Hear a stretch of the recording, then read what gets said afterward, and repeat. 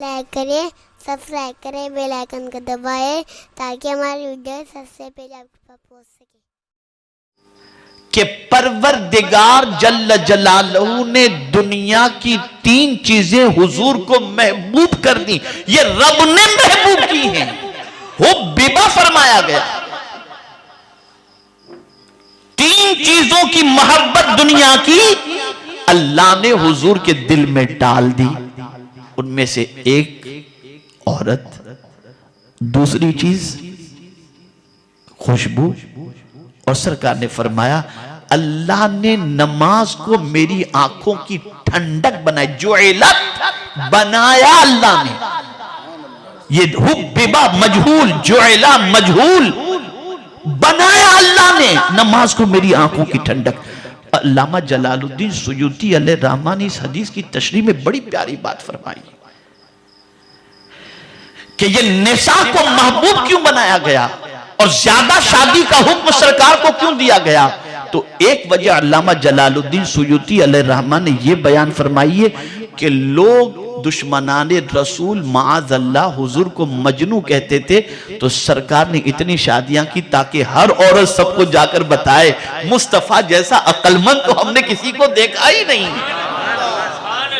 देखा ही नहीं है उनके जैसा, ताकि दुनिया को पता चल जाए कि बाहर वाले की सुनी जाए या घर वाले की सुनी जाए। ये मकसद था। अल्लामा जलालुद्दीन सुयूती अलैहि रहमा ने हदीस की ये तशरीह बयान फरमाई। दूसरी चीज कि चूंकि रसूल आजम सल्लल्लाहु अलैहि वसल्लम का बिहेवियर, अखलाक बाहर वालों से बहुत अच्छा था, और सरकार के जमाने में सिचुएशन ऐसी थी कि बीवियों को काम वालियों जैसी समझा जाता था, तो इतनी शादियां अल्लाह अज़्ज़ व जल्ल ने करने का हुक्म दिया, इजाजत दी। वजह यह थी ताकि दुनिया को ये घर की खवातीन हुजूर के अखलाक के बारे में बताएं कि मुस्तफ़ा जान रहमत सल्लल्लाहु अलैहि वसल्लम के अखलाक क्या हैं, उनकी रातें कैसी हैं, उनके दिन कैसे हैं, उनको ज़ौक़ बंदगी कितना है, उनको अपने रब से प्यार कितना है। ये सारी चीजें दुनिया के सामने आश्कार हो जाए। मैं जब इस हदीस को सुना, इस हदीस को मैंने जब पढ़ा और उसकी तशरीह, बस अभी आते आते मैं पढ़ते हुए तशरीह आ रहा था, एक अजीब सी कैफियत पैदा हुई। मैंने कहा आज के दौर के अंदर कोई बच्ची ऐसी नहीं जो हफ्ते में एक दिन माँ के यहाँ जा कर के शौहर की शिकायत न करती हो, सास की शिकायत न करती हो। हर बच्ची हफ्ते में एक दिन जाएगी तो पहले माँ के पास बैठकर जो है वो रजिस्टर खोलेगी, सास ने यूं किया, शौहर ने यूं किया, सास ने यूं किया, शौहर ने यूं किया। सबसे पहला काम बच्ची का यही होता है। या रसूल अल्लाह आपकी अजमतों पर कुर्बान कि पूछने वालों ने जब अज़वाज से पूछा और उम्मुल मोमिनीन हजरत आयशा सिद्दीक़ा से पूछा कि जरा बताओ हुजूर के अखलाक कैसे थे, तो कहती है क्या तूने कुरान नहीं पढ़ा? जो कुछ कुरान में है वही मुस्तफा के अखलाक हैं। ये मुस्तफा की शान। मैं आते आते मुहिब्बे गिरामी सैयद अमीनुल क़ादरी साहब की बात मैंने सुनी, जो हुजूर मुफ्ती आज़मीन अलैहि रहमा की ज़ौजा के बारे में बता रहे थे कि वो उनसे बैत थी। याद रखें, माँ भी अपने बच्चे को पहचानने में थोड़ी सी कोताही कर सकती, लेकिन बीवी के सामने बदशौहर का कोई भी मामला छुपा हुआ नहीं रहता, उसके सामने आश्कार रहता है। बहुत अच्छी तरीके से बीवी जानती है। और मैं यहां एक और माजी करीब के बुजुर्ग की बीवी का वाकया आपके सामने पेश करूं। हम लोग दुनिया के सामने दीन की बातें करें और घर में हमारी बीवी न हमको नमाज पढ़ते देखे, न तिलावत करते देखे, जब देखे तो सीरियल देखते देखे, जब देखे टीवी के सामने बैठे हुए देखे, कभी किसी इबादत वगैरह में देखे नहीं, तो सोचेगी कि क्या बेवकूफ दुनिया को ये बना रहा है। लेकिन कुर्बान जाइए हुजूर मुजाहिद मिल्लत रहमतुल्लाह ताला, जो अल्लामा निजामी साहब अलैहि रहमत व रिज़वा को बुखारी शरीफ तहज्जुद के बाद पढ़ाते थे।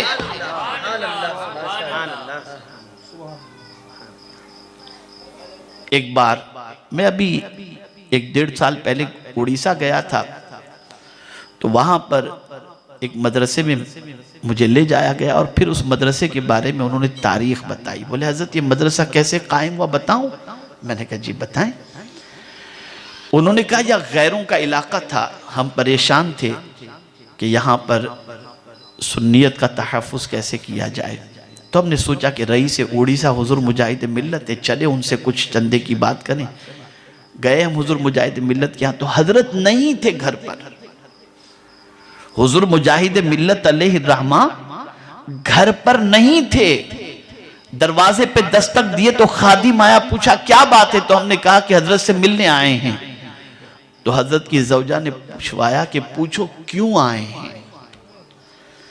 तो जाने वाले ने कहा कि मदरसा कायम करना है, हजरत से कुछ ताउन लेने के लिए आए थे। हुजूर मुजाहिद मिल्लत अलैहिर्रहमा की अहलिया कमरे में गई, इतना सा सोना उठा कर लाई और कहा ले जाओ जमीन खरीदो और मदरसा बनाओ। वो मदरसा आज भी उड़ीसा में कायम है। वो मदरसा आज भी कायम है। तो वो अपने शौहरों को रात में तड़पता देखती थी दीन की खातिर, सुन्नियत की खातिर। सिर्फ जबान का धनी नहीं देखती थी, किरदार के अंदर भी यकताए ज़माना महसूस करती थी। खैर, तो अर्ज़ ये कर रहा था, मेरे प्यारे आका सल्लल्लाहु अलैहि वसल्लम के प्यारे दीवानों, हुजूर सल्लल्लाहु अलैहि वसल्लम को अल्लाह अज़्ज़ा व जल्ल ने खुद बीवी की औरतों की मोहब्बत डाली थी और ज़्यादा निकाह का परवरदिगार ने हुक्म अता फरमाया था, इजाज़त अता फरमाई थी। अब आइए मैं आपको बताऊं, मेरे प्यारे आका सल्लल्लाहु अलैहि वसल्लम के प्यारे दीवानों, अल्लाह की निशानियों में से एक निशानी ये है कि अल्लाह ने तुम्हारे जिन्स से तुम्हारे लिए जोड़े बनाए और उसमें तुम्हारे लिए सुकून। अब आगे परवरदिगार फरमाता है वजअला बैनकुम मवद्दतम व रहमा। गौर से सुनिएगा, और उसने तुम्हारे दरमियान मवद्दत, मोहब्बत और रहमत पैदा फरमा दी। आपकी तवज्जो है? जवाब जैसा चाहिए वैसा नहीं मिल रहा है ना? तवज्जो, गौर से सुन रहे हैं ना? दोनों के दरमियान अल्लाह ने मोहब्बत पैदा फरमा दी। ये क्या है? ये अल्लाह की निशानी है। क्या है? बोलिए। अल्लाह की निशानी। एक बच्ची जिसे 20 साल तक बाप बड़ा करता है, माँ उसकी हर चीज का ख्याल करती है, इधर शौहर कह देता है कबूल है कबूल है कबूल है, लड़की भी तैयार हो जाती। अभी निकाह करके एक दिन ससुराल में शौहर के साथ रह करके आई तो अब माँ का घर उसे अच्छा नहीं लगता, जल्दी से शौहर के यहां जाना चाहती है। या अल्लाह, ये माजरा क्या है कि 20 साल की मोहब्बत एक रात के अंदर शौहर की तरफ मुंतकिल हो गई? तो जवाब मिलेगा नादान, ये किसी और ने नहीं पैदा की, ये कुदरत ने पैदा की है। ये अल्लाह की निशानियां हैं और अल्लाह की निशानियों में से एक निशानी है। अब ये मोहब्बत का सिलसिला चलता रहता है। आप देखते होंगे बहुत सारे शौहर कभी अपाहिज हो जाते हैं, बहुत सारे शौहर कभी बेरोजगार हो जाते हैं। बीवी सब कुछ बर्दाश्त करती है, अपने शौहर के लिए बर्तन साफ करती है, अपने शौहर के लिए तकालीफ सहती है, अपने शौहर का ख्याल करती है और उसके बाद जिंदगी उसके साथ गुजारती नजर आती है। तो मवद्दा, और यहाँ पर मुफस्सिरीन फरमाते हैं मवद्दा यानी दोनों के दरमियान अल्लाह ने रहमत रखी, मोहब्बत रखी। मोहब्बत से एक मुराद ये भी है कि दोनों में एक दूसरे के लिए कशिश रखी है।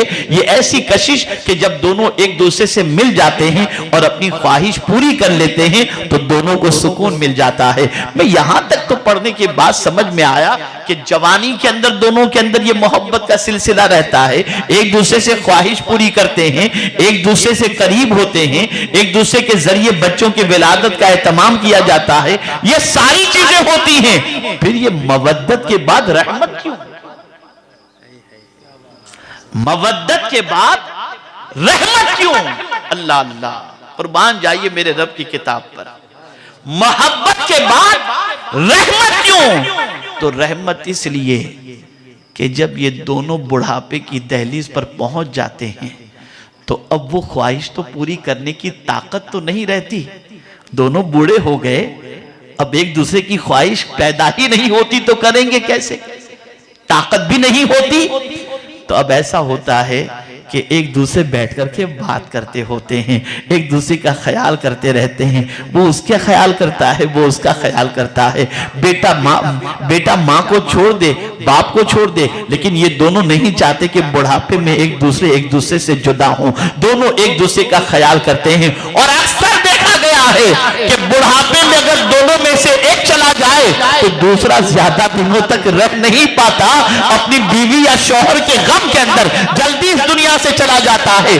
तो ये रहमत का लफ्ज दर हकीकत दोनों के लिए एक दूसरे में शफकत का जज्बा अल्लाह पैदा फरमा देता है। ये किसने पैदा फरमाया? ये मेरे करीम ने पैदा फरमाया। ये अल्लाह की निशानियों में से एक निशानी है। हमारे वीडियो को लाइक शेयर जरूर करिए।